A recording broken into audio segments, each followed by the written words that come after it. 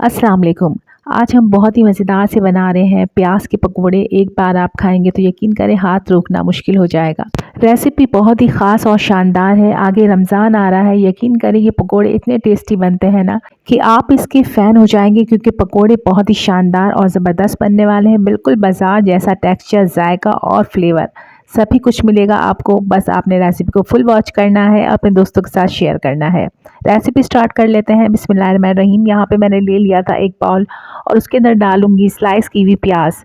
तो प्याज आप अच्छी क्वांटिटी में ले लीजिएगा। मैंने 3 से 4 प्याज को स्लाइस कर लिया था, बारीक सा इसमें ऐड करूँगी। साथ ही मैं डालूंगी बंद गोभी। ये ऑप्शनल है लेकिन डाल लीजिएगा, क्रंच पड़ जाता है। स्पाइसेस में आपने नमक लेना है, कुटी हुई मिर्चें लेनी है और धनिया लेना है, लेकिन कुटा हुआ लेना है। पकोड़ों के अंदर हमेशा कुटे मसाले डालेंगे तो यकीन करें इसका फ्लेवर बहुत ही ज़बरदस्त आता है, खाने में टेस्टी और डिलीशियस लगते हैं। तो बस सारे ही मसाले मैंने कुटे हुए लिए हैं। साथ ही हमने लेना है हरी मिर्चें। तो हरी मिर्चों को बारीक सा चॉप कर लीजिएगा, शामिल कर दीजिएगा, इससे बहुत ही अच्छा फ्लेवर आता है पकोड़ों के अंदर। इसके बाद आपने ज़ीरा डालना है। ज़ीरा कैसे भूल सकते हैं, क्योंकि पकोड़ों के अंदर से ज़ीरा ना जाए तो पकोड़े बनते ही नहीं। तो बस 1 चम्मच भर के ज़ीरा डाल दीजिएगा। साथ ही आपने हरा धनिया, पुदीने के पत्ते भी इसमें शामिल कर देने हैं। अभी हमने इसमें बेसन शामिल नहीं करना है, जस्ट हमने इसको मिक्स करना है। अच्छे से मिक्स कर लीजिए। तो यहाँ पे सारे स्पाइसेस जा चुके हैं और आपने सारी चीज़ों को अच्छे से मिक्स करना है। और अब आपने इसको कवर करके रख देना है 5 मिनट के लिए। यकीन करें सारे जो मसाले हमने डाले हैं इसके अंदर, ये सारी सब्जियों के अंदर अच्छे से चले जाएंगे और सब्जियां अपना अच्छा सा मॉइस्चर छोड़ देंगी। और उसके बाद ही हमने पकोड़े बनाने हैं। तो यकीन करें कितना ज़बरदस्त फ्लेवर बनेगा। तो आप सोच सकते होंगे कि फ्लेवर बहुत ही अच्छा और बहुत ही ज़बरदस्त बनने वाला है। 10 मिनट के बाद जो हमने मसाले डाले थे सब्जियों के अंदर बहुत ही अच्छे से मिक्सअप हो गए हैं। सब्जियों ने बहुत ही अच्छा सा अपना मॉइस्चर जो है वो मसालों के साथ लॉक कर लिया है। इसके बाद हमने क्या करना है, इसके बाद हमने डालना है बेसन। तो मैंने यहाँ पे 2 चम्मच बेसन डाला है और 1 चम्मच के बराबर मैंने इसके अंदर मैदा डाला है। बस आपने यहाँ पे कॉर्नफ्लावर का भी इस्तेमाल कर सकते हैं। अब सब चीज़ों को बहुत ही अच्छे से पहले मिक्स करना है। सब्जियों के साथ बेसन और मैदे को अच्छे से मिक्स कर लीजिए। बहुत ही हल्के हाथ से आपने बहुत ही अच्छे से सब्जियों के साथ बेसन को अच्छे से मिक्स कर लेना है। इससे आपको अंदाज़ा हो जाएगा कि आपने इसमें कितना पानी डालना है।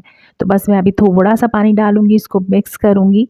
बहुत अच्छे से मिक्स कर लीजिएगा, तब आपको अंदाज़ा आ जाएगा कि हमारे पास बेसन की कमी है या पानी की। तो बस यहाँ पे मुझे लग रहा है कि मुझे थोड़ा सा बेसन कम लग रहा है। तो बस आपने क्या करना है, थोड़ा सा बेसन और ऐड कर देना है ताकि सब्जियों के अंदर बेसन अच्छे से कोट हो जाए और पकोड़े बिल्कुल बाजार जैसे बने। तो बस एक थोड़ा सा मैंने बेसन ऐड किया है, थोड़ा सा पानी ऐड किया है और उसको दोबारा से मिक्स कर दूंगी। तकरीबन ये काफ़ी अच्छा सा ड्राई मिक्सचर बन चुका है। अब हम इसको रख देंगे 10 मिनट के लिए। तो बस 10 मिनट के लिए हम इसको रख देंगे। 10 मिनट के बाद ये थोड़ा सा और लिक्विडी हो जाएगा, क्योंकि प्याज डाला है हमने। प्याज बेसन के साथ मिक्सअप होने के बाद थोड़ा सा और पानी रिलीज़ करेगा। और यहाँ पर आप चेक कर सकते होंगे इसकी कंसिस्टेंसी बिल्कुल परफेक्ट है। अब हमने पकोड़ों के फ्लेवर को बढ़ाने के लिए इसमें डालना है काला नमक और साथ ही डालेंगे हम इसके अंदर मीठा सोडा।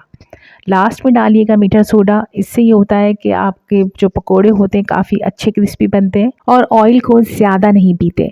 तो बस आपने थोड़ा सा पानी और ऐड करना है ताकि बिल्कुल बाजार जैसी कंसिस्टेंसी आ जाए। पकोड़ों का बैटर ना तो बहुत ही ज़्यादा हार्ड होना चाहिए और ना ही बहुत ज़्यादा लिक्विडी होना चाहिए। तो यहाँ पे मैं आपको चेक करवाऊंगी कि इस तरीके से होना चाहिए। जब आप इसको ऑयल में डालें तो इजीली डल जाए।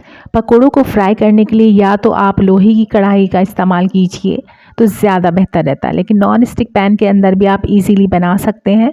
तो बस यहाँ पे मैंने पहले ही आलू वाले पकोड़े फ्राई कर लिए थे, तो ऑयल कुछ इस तरीके से दिख रहा है आपको। तो यहाँ पर मैं बता दूँ आपको कि जब भी आपने पकोड़ों को फ्राई करना है तो ऑयल को बहुत ही अच्छा सा गर्म होना चाहिए। इसमें आपने पकोड़ों को शामिल करना है। चूल्हे की फ्लेम को बिल्कुल भी कम नहीं करना, क्योंकि जब हम ऑयल के अंदर पकोड़ों को शामिल करते हैं तो ऑयल का टेम्परेचर वैसे ही थोड़ा सा डाउन हो जाता है।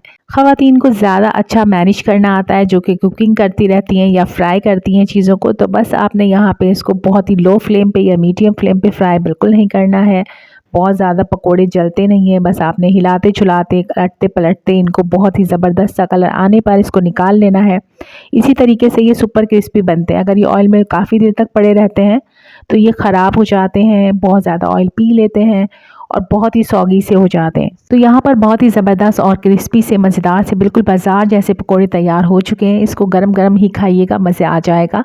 तो बस यहाँ पे मैं आपको बता दूं कि पकोड़ों की बहुत ही ख़ास ट्रिक होती है जिसके तहत आप बनाते हैं तो पकोड़े हमेशा 100% अच्छे बनते हैं। यहाँ पर मैंने ज़बरदस्त से प्याज के पकोड़े बनाए हैं। यकीन करें ये पकोड़े बहुत अच्छे बनते हैं, काफ़ी ज़बरदस्त बनते हैं, ऑयल भी नहीं पीते और खाने में बहुत ही डिलीशियस लगते हैं। आगे पकोड़ों का ही सीज़न आ रहा है तो बस आपने रेसिपी को सेव कर लेना है या एक बार ज़रूर ट्राई करके देख लीजिएगा। पसंद आएंगे तो पूरे रमज़ान इंजॉय कीजिएगा। बहुत ही सिंपल और मज़ेदार से प्याज के पकोड़े मैं बना चुकी हूँ, जो कि मैं ग्रीन चटनी के साथ या आप केचप के साथ इसको इंजॉय कर सकते हैं। रेसिपी पसंद आती है तो प्लीज़ चैनल को ज़रूर सब्सक्राइब कर लीजिए, लाइक और शेयर भी किया करें, एक प्यारा सा कमेंट्स करना बिल्कुल ना भूला करें। मिलते हैं एक नई मज़ेदार सी रेसिपी के साथ। अपना बहुत सारा ख्याल रखिएगा, इजाज़त दीजिए, अल्लाह हाफ़िज़।